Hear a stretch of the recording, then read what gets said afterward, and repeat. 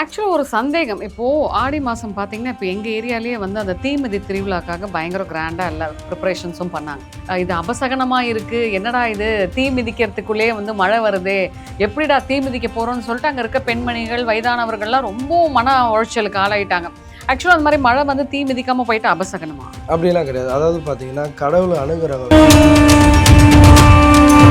இன்னைக்கு பார்த்தீங்கன்னா, ஒருத்தர் நல்ல ஒரு மனிதர் இறந்தா கூட மேலே கருடல் சுத்துதுன்னு சொல்லுங்க. நெருப்பு மெரிக்கும் போது, தீ மெரிக்கும் போது மழை பெய்யுது ரொம்ப நல்லது. ஒரு கோயில் திருவிழா என்பது வந்து நம்ம சொந்த பந்தங்கள் அனைவரும் கூடி ஒரு சந்தோஷமான விழா தான் கோயில் திருவிழா. அதாவது திருவண்ணாமலையில் வந்து பிரச்சனை நடக்குது, நீங்கள் அந்த கோயிலுக்கு போய் சாமியை பார்க்க முடியலன்னா கூட கோபுரத்தை பாருங்க, கோடி புண்ணியம். சாமியார்லேயே சில போலி சாமியார்லாம் இருக்காங்க.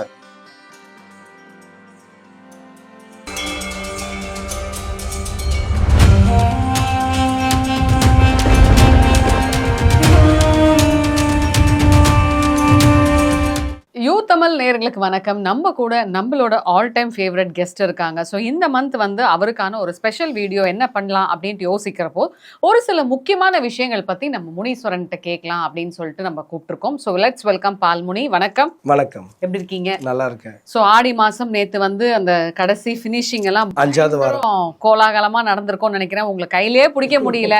நாங்களும் ஆடி மாதம் ஆரம்பிச்சதுலேருந்து உங்களை கூப்பிட்டு பேசலான்னு பார்க்குறோம். உங்களுக்கு பயங்கர பிஸியாக போயிட்டு இருந்தது. ஸோ அந்த ஆடி மாத கடைசி வாரம் வந்து எப்படி போச்சு? சூப்பராக போச்சு. அதாவது பார்த்தீங்கன்னா, ஆடி மாதம் வந்து 5 வாரம் தான். அது மட்டும் இல்லாமல் 14 வாரம் வரைக்கும் இப்போ இருக்குது. சரிங்களா? நம்மளது வந்து கிராண்டாக சந்தோஷமாக நல்லபடியாக முடிஞ்சிச்சு. என்ன ஒரு மழை இதெல்லாம் ஆடி மாதம் வந்தாலும் மழை கண்டிப்பாக பெய்யணும். அதுதான் வந்து மக்களுக்கும் நல்லது, அந்த தெய்வத்துக்கும் உற்சாகம், எல்லாருக்கும் கொஞ்சம் உற்சாகமாக இருக்கும். நல்லபடியாக நல்ல சிறப்பாக போயிடுச்சு. நல்ல விஷயங்கள்லாம் நடந்தது. எல்லாருக்கும் பக்தர்களாக அதிகமாக வர ஆரம்பிச்சு. ஆக்சுவலாக ஒரு சந்தேகம். இப்போது ஆடி மாதம் பார்த்தீங்கன்னா, இப்போ எங்கள் ஏரியாலேயே வந்து அந்த தீமிதி திருவிழாக்காக பயங்கர கிராண்டாக எல்லா ப்ரிப்பரேஷன்ஸும் பண்ணாங்க. அன்எக்ஸ்பெக்டடாக பயங்கர மழை. யூஸ்வலாக மழை பெய்யும், அந்த தீமிதியெல்லாம் முடிஞ்சதுக்கப்புறம் நைட்டில் வேணால் மழை பெய்யும்னு சொல்லலாம். நேற்று வந்து பயங்கரமாக மழை பெய்ய ஆரம்பிச்சுன்னா ஒரு சில பேர் என்ன சொல்கிறாங்க, இது அபசகனமாக இருக்குது, என்னடா இது தீ மிதிக்கிறதுக்குள்ளேயே வந்து மழை வருதே, எப்படிடா தீ மிதிக்க போகிறோம்னு சொல்லிட்டு அங்கே இருக்க பெண்மணிகள், வயதானவர்கள்லாம் ரொம்பவும் மன உளைச்சலுக்கு ஆளாயிட்டாங்க. ஆக்சுவலாக அந்த மாதிரி மழை வந்து தீ மிதிக்காமல் போயிட்டா அபசகனமா? அப்படிலாம் கிடையாது. அதாவது பார்த்தீங்கன்னா, கடவுளை அணுகுறவங்க இன்னைக்கு பார்த்தீங்கன்னா, ஒருத்தர் நல்ல ஒரு மனிதர் இறந்தா கூட மேலே கருடல் சுற்றுதுன்னு சொல்கிறீங்க. கும்பாபிஷேகத்துக்கு மட்டும்தான் வந்து கருடல் சுற்றுவார். அது மாதிரி ஒரு நல்ல மனிதர், ஒரு நல்ல தியாகியான ஒரு உள்ளம் கொண்டவங்க இறந்தா கூட மேலே கருடல் சுத்தம். இது 2 விஷயம் ஆயிடுச்சுங்களா? அது மட்டும் இல்லாமல் இப்போ ஒரு தீமிதியில் தெய்வம் வந்து உத்தரவு கொடுக்கும். சரிங்களா? மனிதர்களை நம்புறதை விட இயற்கைகளை நம்பிட்டு போயிடலாம். அந்த நிலம், நீர், காற்று, இந்த 5 பஞ்சபூதங்களையும் அழகாக நம்பிட்டு போயிடலாம். அதாவது நம்ம யாருன்னா ஒருத்தர் அருள்வாக்கு சொல்கிறதோட அந்த மலை சாட்சி சொல்லும், அந்த காற்று சாட்சி சொல்லும். இந்த மாதிரி நிறைய விஷயங்கள் நம்ம இயற்கையோடு பயணிச்சோன்னா அந்த வாழ்க்கை கோடி ரூபாய் கிடைத்தாலும் கிடைக்கக்கூடாத ஒரு விஷயம், அனுபவங்கள் கிடைக்கும். அது மாதிரி தெய்வம் வந்து முன்னெல்லாம் பார்த்தீங்கன்னா மழை குத்தா உத்தரவுன்னுவாங்க. இப்போ வந்து நெல் பயிர் விதைக்கும் போதெல்லாம் பார்த்தீங்கன்னா மழை பெய்யும் பார்த்தீங்களா? அந்த மேகம் நான் விதைச்சிட்டேன், மழை வருமா வராதான்ட்டு தெய்வத்தெல்லாம் வேண்டும். அப்போ அந்த மேகம் சூழ்ந்து மழை கொடுக்கும். அந்த மாதிரி விஷயத்துல தெய்வம் கொடுக்கக்கூடிய ஒரு விஷயம், அற்புதங்கள் இதெல்லாம். அதில் வந்து இது அப்படி இப்படிலாம் சொல்கிறது முட்டாள்தனம். அதாவது இன்றைக்கி வந்து ஆன்மீகத்தை வந்து இன்னும் இழிவுபடுத்திட்டு தான் இருக்காங்க. சாமியார்லேயே சில போலி சாமியார்லாம் இருக்காங்க. அதில் வந்து பேசியிருக்காங்க. அவர் அந்த ஆன்மீகத்தில் இருக்கிறவர் என்ன பேசணும் ஏது பேசணும் தெரியல. நான் எனக்கு தெரிஞ்சதை சொல்கிறேன்னு சொல்கிறாரு தவிர அவர் சரியான புராணத்தையோ அதோட ஹிஸ்ட்ரியோ அதை படிச்சுட்டு வந்து அவர் சொல்லலை. கேட்டால் எங்கள் தாத்தா கற்றுக் கொடுத்தாரு. தாத்தா கற்றுக் கொடுத்தா கூட உங்களுக்கு அந்த விஷயங்கள் தெரியணும்ல. அந்த ஸ்டேஜில் போய்ட்டு எனக்கு கொஞ்சம் ரொம்ப மன வருத்தமாக இருந்தது. ஒருத்தர் வந்து ஒரு ஆன்மீகத்தில் நீங்கள் மட்டும் தாங்க இருக்கீங்க, அதை பேச தெரியலையே அப்படின்ற ஒரு நிலைமைக்கு ஆயிடுச்சு. இவங்களாம் எந்த நம்பிக்கையில் வந்து மீடியாவில் உட்காந்து பேசுகிறாங்க, என்னன்னு தெரியும், கற்றுக்குனாங்க. அதாவது பார்த்தீங்கன்னா இன்றைக்கி எதுவுமே தெரியலனா கூட தெரிஞ்ச மாதிரி காமிக்கூடாது. எனக்கு ஓப்பனாக சொல்லிட்டுங்களேன், என்னோட ஒரு சின்ன அனுபவங்களோ இல்லை பெரியவங்களோ ஒரு குழந்தையோ சரி, இந்த இடம் போகாதீங்க, இதை செய்யாதீங்கன்னு சொன்னால் அதை ஏற்றுக்கக்கூடிய தன்மை எனக்கு இருக்குது. ஏன்னா அது நான் வந்து குழந்தைய ஏதோ ஒரு தெய்வமாக தான் பார்ப்பேன். ஏதோ நம்மளுக்கு ஒரு முன்னுதாரணம் சொல்கிறாங்க அப்படின்ற ஒரு விஷயந்தான்.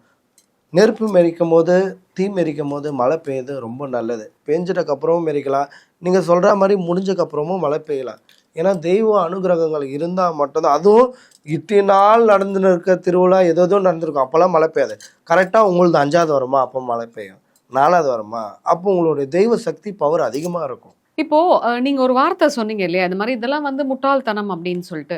ஆக்சுவலா ஒரு ஒரு சந்தேகம் முனீஸ்வரன். அதாவது வந்து பாத்தீங்கன்னா, இப்போ நம்ம வந்து கோவிலுக்கு போறோம் அப்படின்னா ஒரு சில பேர் வந்து நல்லா சுத்தபத்தமா போகணும் அப்படின்னு சொல்லி நினைப்பாங்க.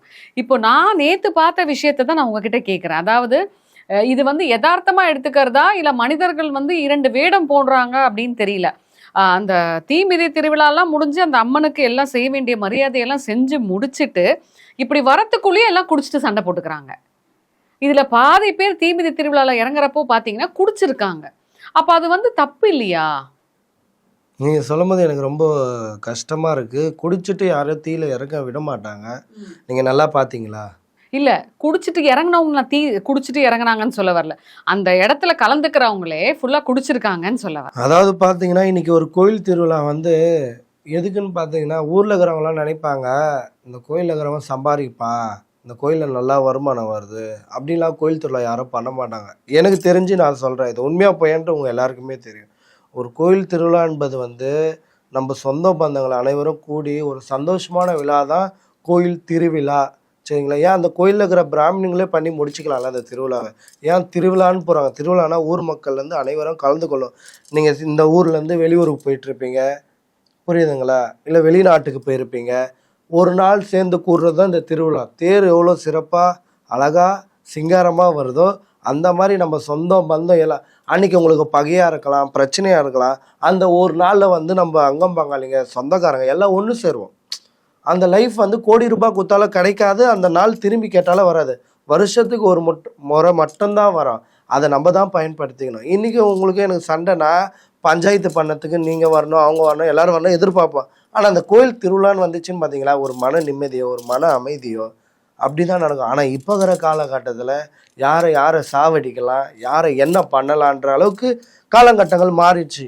புரியுதுங்களா? ஒரு கோயில் திருவிழாவில் ஒரு விபரீதமான ஒரு விஷயம் பண்ணால் கண்டிப்பாக ஈடேற முடியாது, நல்லாவும் இருக்க முடியாது. அதாவது சொல்லுவாங்க பழமொழி, கத்தி எடுத்தவன் கத்தியால் சவை. இன்றைக்கி நிச்சயமாக என்னுடைய வாழ்க்கையிலையும் என்னை சுற்றி இருக்கிறவங்க வாழ்க்கையிலையும் பார்க்குறேன், யாருக்குமே நிரந்தரம் இல்லாத ஒரு வாழ்க்கை. புரியுதுங்களா? இன்றைக்கி வந்து எல்லாருமே கேட்குறாங்க, இவ்வளோ அநியாயம் அக்கிரமம் நடக்குது, கடவுள் இருக்காரா இல்லையா? நான் ஒன்றுன்னு சொல்லட்டுங்களா? கடவுள் நம்மளுக்குள்ளே மட்டும்தான் இருக்கார். நான் தான் கடவுள் சொல்ல, நம்மளுக்குள்ள ஒவ்வொரு மனிதருக்குள்ளேயும் ஒரு கடவுள் இருக்கார். சரிங்களா? நம்ம நினச்சோன்னா எல்லா காரியங்களும் செய்ய முடியும். அதுக்குன்ட்டு ஆயுதம் மட்டும் எடுத்தால் தான் பலன் நினச்சிங்கன்னா அது மிகப்பெரிய முட்டாள்தான். ஏன்னா நம்மளுடைய தலையெழுத்தை பிரம்மன் எப்படி ஓலையில் எழுதி கீழே அனுப்புகிறாரோ, புரியுதுங்களா? அது போல் நம்மளோட எழுத்து எல்லாமே ஒரு பேனா மட்டும்தான். நம்மளோட தலையெழுத்து வாழ்க்கையே மாற்றிடும். அது மாதிரி நம்மளுடைய வாழ்க்கையை வந்து நல்ல வழியில் கொண்டு போகிறது ரொம்ப சிறப்பான விஷயம். அதே மாதிரி தெய்வங்களை வச்சு இழிவுபடுத்துறது, அசிங்கப்படுத்துறது அதெல்லாம் தயவு செஞ்சு யாரும் பண்ணாதீங்க. திருவிழாக்களில் சந்தோஷமாக இருக்கணும், ஆனால் குடிச்சிட்டு யாரும் சந்தோஷமாக இருக்கக்கூடாது. ஏன்னா அதில் தான் கலவரம் வரும், மத கலவரம் வரும், எல்லாமே பண்ணுவாங்க. ஏன்னா இப்போ நம்ம எல்லாமே ஒளிஞ்சிட்டு இருக்கோம்னு நினச்சோம், எதுவுமே ஒளியல. காலங்காலமாக என்ன பண்ணிட்டு வந்தோமோ அதை தான் ரிட்டர்ன் பண்ணிகிட்டே வரோம். சரிங்களா? அதில் எந்த ஒரு மாற்றமும் கிடையாது. இன்றைக்கி நான் ஒரு கோயிலுக்கு போனால் கூட எல்லாமே ஒரு அரசியலாக தான் இருக்குது. நம்ப முடியுதா? ஆக்சுவலா இல்லை, இது எனக்குமே இந்த சந்தேகம் இருக்குது, இதுதான் கேட்கலான்ட்டு இருந்தேன். கடவுளுக்குள்ள வந்து ஜாதி மத வேதம் எல்லாம் எல்லாமே இருக்கு, யாரும் இல்லைன்னாங்க. அப்பயா ஒரு தம்பி அஜித் குமாரை சாவடிச்சாங்க. காதலுக்கே வந்து ஒரு சாவடிக்கும் போது நான் கோயில் குளம் போகிறேன், எங்களுக்கு மதம் இல்லையா? எல்லாருக்குமே இருக்கு. நான் ஒரு சின்ன ஒரு பதிவு இது கண்டிப்பாக நான் சொல்லி ஆகணும். இப்போ நீங்கள் சொன்னோன்னே என்ன ஒருத்தர் கேட்டார், ஒரு வீடியோ போட்டேன். அதாவது திருவண்ணாமலையில் வந்து பிரச்சனை நடக்குது, நீங்கள் அந்த கோயிலுக்கு போய் சாமியை பார்க்க முடியலன்னா கூட கோபுரத்தை பாருங்கள், கோடி புண்ணியம் அப்படின்ட்டு.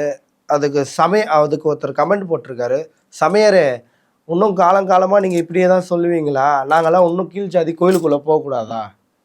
ஏன்னா ஆதி காலத்தில் வந்து பிராமின்கள் என்ன சொன்னாங்கன்னா, கோயிலுக்குள்ளே வரலனாலும் சாமியை கோபுரத்தை பார்த்தா சாமியை கிடைக்கும். இது உண்மையாலே அது அப்பேற்பட்ட விஷயம் கிடையாது. சொன்னவங்க எப்படி வேணாலும் சொல்ல, அதை ஏற்றுக்கக்கூடிய தன்மை நம்ம கையில் தான் இருக்குது. கடவுள் வழிபாடுன்றது வந்து பார்த்தீங்கன்னா நம்ம தான் சொல்கிறோமே, இரும்புலேயும் இருக்கார், துரும்புலேயும் இருக்கார், தூண்லேயும் இருக்கார், என் பக்கத்துலேயே இருக்கிறாருன்ற மாதிரி கடவுள் எல்லாருக்கிட்டேயும் இருக்கார். சரிங்களா? இன்றைக்கி வந்து நீங்கள் கோயிலுக்கு போனால் தான் ஒரு நல்ல மனுஷனா? கிடையாது, கிடையவே கிடையாது. நீங்கள் உழைக்கிறீங்க, நீங்கள் கஷ்டப்படுறீங்க.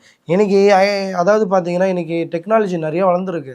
ஐடி கம்பெனிங்கிறோன்னா சாமியாக கும்பிட்டுங்கிறான் 24 மணி நேரம் இல்லையே. 1.5 லட்சம் 2 லட்சம் சம்பாதிச்சு நல்லா ஜாலியாக பார்ட்டி கிளப்பு போய் சுற்றின்னு தானே இருக்காங்க. அப்போ நான் மட்டும் ஏன்டா இப்படி? நான் நல்லா இருக்கேன், எனக்கு இது எனக்கு பிடிச்சிருக்கு, இது என் லைஃபுக்கு வந்து நான் வந்து வேண்டி தவந்தில் இந்த வரத்தை நானும் கேட்கல. எனக்கு இதுதான் விதின்னு படி பார்த்தீங்கன்னா இதுதான் விதி. அதில் எந்த ஒரு மாற்றமும் கிடையாது. எல்லாத்துலேயும் வேறுபாடு இருக்குது, ஜாதி மதம் இருக்குது. ஆக்சுவலாக இந்த பிராமணர்கள் அப்படின்னு சொல்கிறப்போ பொதுவாக நம்ம எல்லா இடத்துலையுமே ஒரு தெருவுக்குன்னு எடுத்துட்டா கண்டிப்பாக ஒரு எல்லையம்மன் இருப்பாங்க. அதே மாதிரி ஏதாவது ஒரு ஸ்ட்ரீட்டில் பார்த்தீங்கன்னா நாகாத்தம்மன், அப்புறம் கருமாரியம்மன், இந்த மாதிரி எல்லா இடத்துலையுமே வந்து அம்மன் கோவில்கள் இருக்கும் இல்லையா? ஸோ அம்மன் கோவில் இருந்தாலே கண்டிப்பாக ஆடி மாசத்துல கோலாகலமாக அவங்களுக்கு அந்த விரதம் இருந்து தீமிதி திருவிழா பண்ணி கூழ்லாம் ஊற்றுவாங்க. அதையே வந்து பிராமணர்களுக்கு ஈடுபாடு கிடையாதா? அருமையான கேள்வி. அதாவது பார்த்தீங்கன்னா பிராமணர்கள் வந்து அவங்க வந்து பணக்கார தெய்வங்களை தான் வழிபடுவாங்க. ஒரு கோயிலோட ஐயர் யாரை சொல்கிறேன்னு பார்த்தீங்கன்னா திருப்பதி சொல்கிறேன். பெரிய அவர் தான் இன்சார்ஜ், அவர் தான் பெரிய புரோகிதர். அவர் வந்து ஒரு பேட்டி ஒன்று கொடுத்துருப்பாரு. எங்களுக்கு வந்து விஐபி தான் தெய்வங்கள், அவங்க பண்ணுற எங்களுக்கு நிற்குன்னு ஒரு ஃபோட்டோ எடுக்கிறது, அவங்க கொடுக்கறது தான் கிஃப்ட்டு தான் எங்களுக்கு பிரசாதன்றார். அப்போது வர மக்கள்லாம் என்ன பண்ணுறது? 2 நிமிஷம் ஆகுமா? கடவுளே யாரும் இல்லை, நானே இத்தனை வருஷம் கடவுளே பார்க்கல, போய் வேலையை பாருங்கடான்னு சொல்ல எவ்வளோ நிமிஷம் ஆகும்? நம்ம பாரம்பரியம் அழியக்கூடாது. நம்ம என்ன ஒன்று ஊக்குவிக்கி செய்கிறோமோ அதுதான் வளரும். அவர் அசால்ட்டாக சொல்கிறாரு. ஒரு பிராமணர் சொல்கிறார், இன்னைக்கு ஒரு பிராமணர் 3 தேங்காய் உடையும் 5 தேங்காய் உடையின்றாங்க. எந்த தெய்வத்துக்கு எது வச்சா தேங்காய் வச்சா என்ன பலனு தெரியலையே. இன்னைக்கு அவங்களுக்கு சொல்ல தெரியல. இன்னைக்கு இருக்கிற பிள்ளைங்க மாணவர்கள் எல்லாருமே சரி ஒவ்வொரு கேள்வியும் பயங்கரமாக கேட்குறாங்க, யோசிச்சு கேட்குறாங்க, நம்மளுக்கு சொல்ல தெரியல. அப்போது ஏதோ அங்கே தாச்சன் சொன்னார், முப்பாட்டன் சொன்னார், அவா சொன்னா இவா சொன்னா, நீங்கள் அவள் என்ன சொன்னான்ட்டு அதுக்கான விளக்கத்தை சொல்லலை யாருமே. இல்லை அப்படிதான், அதுதான் உண்மை. இன்னைக்கு 3 தேங்காய் உடை இந்த திரியில் போடு, எந்த திரியில் போட்டாலும் விளக்கு எரிய தான் போதுங்க. தெய்வம் சொல்லிச்சா இந்த திரியில் போட்டால் தான் நான் உனக்கு பணம் தருவேன்ட்டுன்னு எந்த தெய்வமும் சொல்ல. நம்ம மனப்பிரம்ம எல்லாமே கற்பனை தான். சொல்ல போனால் தெய்வம் இருக்குது, உனக்குள்ளே இருக்குது எல்லா தெய்வமும். நான் எந்த தெய்வத்தை இழிவுபடுத்தலை, எந்த தெய்வத்தை, ஏன்னா அதே தெய்வத்தில் தான் நானும் இருக்கேன் வழிபாட்டில். நம்புங்க, உங்களுடைய தெய்வ வழிபாட்டை நீங்கள் நம்புங்க. இந்த கோயிலுக்கு போனால் தான் நான் பணக்காரன் ஆவேன், அந்த கோயிலுக்கு போனால் தான் நான் இதுவாவேன், எந்த தெய்வமும் வாரி கொடுங்க. இருக்குங்கன்ட்ட இருக்குங்க. ஒரு கடவுளுக்கு தெரியுங்க, உனக்கு நான் படிப்பை கொடுத்தேன்னா இல்லையான்ட்டு, உனக்கு நான் பணம் கொடுத்தேன்னா இல்லையான்ட்டு. ஏன் இந்த விஷயத்த சொன்னால், ஒரு மனிதனுக்கு என்ன தேவையோ அது கடவுளுக்கு கொடுக்க தெரியும். உனக்கு பணம் கொடுத்தா நீ எப்படி ஆடுவேன்னு தெரியும், அதனால் கொடுக்க மாட்டான். உனக்கு படிப்பு கொடுத்தா கொடுக்கலாமா வேணாமான்னு அவனுக்கு தெரியும். ஒன்று படிப்பை கொடுப்பான், இல்லை பணம் கொடுப்பான். சில பேர் முட்டாளையும் கொடுப்பான் கூட. கடவுளுக்கு தெரியாதா? இதெல்லாம் வந்து நம்ம உழைக்கணும். கடவுள் வருவார், செய்வார், கடவுள் என்னை எல்லாம் பார்த்துப்பாரு. முட்டாள் தானே. ஆக்சுவலாக இப்போ கிருஷ்ணர் இருக்காங்க இல்லையா, இப்போ அவங்களது கூட இப்போ ரீசெண்டாக கோகுலாஷ்டமி, அதாவது மீன் கிருஷ்ண ஜெயந்தி ஃபெஸ்டிவல் போச்சு. ஃபுல்லாக பாருங்க, ஃபுல்லாக பிராமின்ங்க மட்டும் கும்பிடுறாங்க. அதான் ஏங்க ஏன் வந்து கடவுள் இப்போ நான் கிருஷ்ணர் யாருங்க? டு பி அ தமிழியன், புரியுதுங்களா? நீங்களும் proud to be a Tamil, நம்ம எல்லாமே தமிழ். ஸோ தமிழில் வந்துட்டு அதுலேயும் வந்து கும்பிடுற கடவுள்கிட்டையும் வந்து இவ்வளோ பிரிவினை வந்து இருக்கா? சரி, இதை நம்ம கேட்காம இருக்கலாம் அப்படின்ட்டு பார்த்தா அம்மன் கோவில் திருவிழா வரும்போது இவங்கெல்லாம் வந்து பங்கெடுக்க மாட்டேங்கிறாங்க. ஆனால் கிருஷ்ணர் ஜெயந்தி வரும்போது இவங்கெல்லாம் பார்த்தீங்கன்னா வந்துட்டு வீட்டில் அந்த குட்டி குட்டி கால் வைக்கிறது, ஸோ அந்த மாதிரி சீடை பண்ணுறது, வெண்ணெய் படைக்கிறது, இந்த மாதிரிலாம் இருக்காங்க. ஏன் இந்த மாதிரி கடவுளுக்குள்ளேயே நம்ம தமிழர்களுக்குள்ள பாகுபாடு? அதாவது பார்த்தீங்கன்னா இவங்க பிரிச்சுட்டாங்க எல்லா விஷயத்தையும். யார் பிரிச்சது? அது சொல்ல மாட்டுறாங்களே. உங்களை மாதிரி தான் நானும் எல்லா போகிற இடத்துல எல்லா மீடியாவிலும் கேட்டுருந்தா இருக்கேன். யார் சொன்னா? அதுக்கான ஹிஸ்ட்ரி கொடுங்க, அதுக்கான வரலாறு கொடுங்க. யார் சொன்னா? எம்மதமும் சம்பந்தம் தானே, சொல்லுங்கள். நாங்கள் இப்போ எங்களை மாதிரி அன்றாட வாழ்க்கையில் கஷ்டப்படுற பிள்ளைங்களும் மக்களும் சரி, குழந்தை பாக்கியம் இல்லை, அதை தொட்டில் கட்டுவோம். மரத்தில் வந்து தொட்டில் கட்டுவோம். கிருஷ்ணர் பொம்மை வந்து ஒரு குழந்தை, கண்ணன், சரிங்களா? குழந்தை பாக்கியம் கிடைக்கும்ன்ற ஒரு நம்பிக்கையில் கட்டுறோம். அது ஒரு உண்மை தான், சரிங்களா? அப்படின்னு இருக்கும்போது கண்ணனாக வந்து பிறக்கணுன்ற ஒரு ஐதீகத்தில் கட்டுவோம். நாங்கள் அதான் சொல்கிறோம் இல்லைங்க, முட்டாள் மனிதாங்க. நீங்கள் ஒரு செங்கலை வச்சு கும்பிட்டாலும் கும்பிட்டுருவோம். ஏன்னா எங்களை அந்த மாதிரி ஆக்கிட்டாங்க. இப்போ நான் வந்து எந்த மதத்துக்கும் நான் ஃபேவரா பேசலங்க. எனக்கு இருக்கிற டவுட் நான், ஏன்னா நீங்க வந்து யதார்த்தவாதி, கரெக்டா பேசுவீங்க. முஸ்லிம்ஸ் எடுத்துக்கிட்டீங்கன்னா அவங்க அவங்களோட கொள்கையில தெளிவா இருக்காங்க. நான் அல்லாவை கும்பிடுவேன்ப்பா, இப்படிதான் நான் கும்பிடுவேன் அப்படின்னு சொல்லிட்டு அவங்க கும்பிட்டுருவாங்க. அதுக்குள்ளேயே அவங்க உட்பிரிவெல்லாம் சொல்லல, இந்த இதுதான் கும்பிடுவேன் அப்படிலாம் எதுவுமே சொல்லல. அவங்களுக்குள்ள எந்த பாகுபாடும் கிடையாது. கிறிஸ்துவர்கள் எடுத்துக்கிட்டீங்கன்னா நான் ஏசப்பாவை கும்பிடுவேன், மாதாமாவை கும்பிடுவேன், போயிட்டே இருப்பாங்க. புரியுதுங்களா? நம்ம ஹிந்து அப்படின்ட்டு வரும்போது பாத்தீங்கன்னா ஏன் மிக்ஸ் பண்ணா கூட பரவாயில்லையே, இதை நான் கும்பிட மாட்டேன், இதை நான் கும்பிட மாட்டேன், இதை கும்பிட்டா நீ காலி, இதை கும்பிட்டா நான் காலி, நீ ஏன் இவ்வளோ ஒரு வெறி, ஏன் இவ்வளோ பாகுபாடு? கிருஷ்ணரும் ஹிந்து கடவுள் தான், நம்ம அம்மனும் ஹிந்து கடவுள் தான். நான் ஏன் சொல்ல வரேன்னா, அம்மா இல்லாம எந்த குழந்தையும் இந்த உலகத்துல வரத்துக்கு வாய்ப்பே இல்லை. ஸோ எல்லா இடத்துலையுமே அம்மன் கோவில் இருக்குன்னா அந்த அம்மன் தாய் நம்மளை வந்து பாதுகாக்கிற ஒரு அம்மன் தாய் அவங்க. இதெல்லாம் கிடையாது அப்படின்னு சொல்லிட்டு ஏன் இந்த கிருஷ்ணரை கும்பிடுறவங்க ஆணித்தனமா சொல்றாங்க? அதாவது பார்த்தீங்கன்னா கிருஷ்ணர் பணக்காரர் தானே. கிருஷ்ணர் என்றவர் பணக்காரர். அது இல்லாமல் அவர் எப்படி சொல்கிறது, அவரை சுற்றி எப்பயுமே பெண்கள் இருக்கும், பெண்கள் கூட்டம் அதிகமாகவே இருக்கும், ராதை மாதிரி. சரிங்களா? அந்த மாதிரி இருக்கிறவர் வந்து பிராமின்கள் சில விஷயங்கள் ஆசை நிறையா படுவாங்க. அது அவங்க மனிதனாக பிறந்த ஆசைகள் எல்லாருக்கும் இருக்குது. அது அவங்களுடைய ஆசனை கற்பனைகள் அதிகமாக இருக்கும். சரிங்களா? ஏன் ஆசனை கற்பனைனா ஃபஸ்ட்டு குவாலிட்டின்னு ஒன்று இருக்கும்ல, அது அவங்க எடுக்க ஆசைப்படுவாங்க. மற்றபடி வேறு எந்த ஆசை நீங்கள் நினச்சிக்கினீங்கன்னா அதுக்கு எனக்கு தெரியாது. ஃபஸ்ட்டு குவாலிட்டின்ற இடத்த அவங்க வந்து பூர்த்தி செய்ய. நீங்கள் சொல்கிறது தெளிவாக இருக்குது. அதாவது தப்பான விஷயங்கள் நீங்கள் பேசல, எல்லாத்துலேயும் எனக்கு முக்கியத்துவம் வேணும்னு சொல்லக்கூடிய அந்த ஆசை, ப்ரிஃபரன்ஸ். கண்டிப்பாக அந்த குவாலிட்டி அவங்க எடுத்துப்பாங்க. ரெண்டாவது மூணாவதுன்றது நம்மள மாதிரி அன்றாட வாழ்க்கையில் கஷ்டப்படுற மனிதர்கள். இந்த மாதிரி இப்போது ஒரு வேலை செய்யணுன்னா கூட தயங்காமல் எங்களை சார்ந்த மக்களும் எங்களுடைய ஆட்கள் வந்து பார்த்திங்கன்னா தயங்காமல் ஒரு சாகலில் கை வேணாலும் வைப்பாங்க. அவங்கள வைக்க சொல்லுங்களேன். ஒரு கோயிலுக்குள்ளே இருந்து அந்த கழிவு நீர் வந்து தேங்கி இருக்கு, கோயில் பூசாரி தானே, ஐயர் தானே, இந்த கோயிலுக்குள்ளே யார் வரணும் வரக்கூடாதுன்னு நீ தீர்மானிக்கிறல, அங்கே ஒரு சாக்கடை அடிச்சுன்னு அந்த சாக்கடைக்குள்ளே உன்னால கை வைக்க முடியுமா? கூப்பிடியா அவங்கள, கூப்பிடியா கூப்பிடியா? ஐயா, உங்க தெய்வம், உங்க கோயில், உங்க சொத்து அமைக்கப்பட்டிருக்கு, அதுக்கு நீங்க தான் பொறுப்பாளர், பாதுகாவலர், எல்லாமே உங்ககிட்ட தான் கொடுத்துருக்காங்க. ஏன் நீங்க பண்ண மாட்டீங்க ஐயா? தெய்வமாச்சு ஐயா.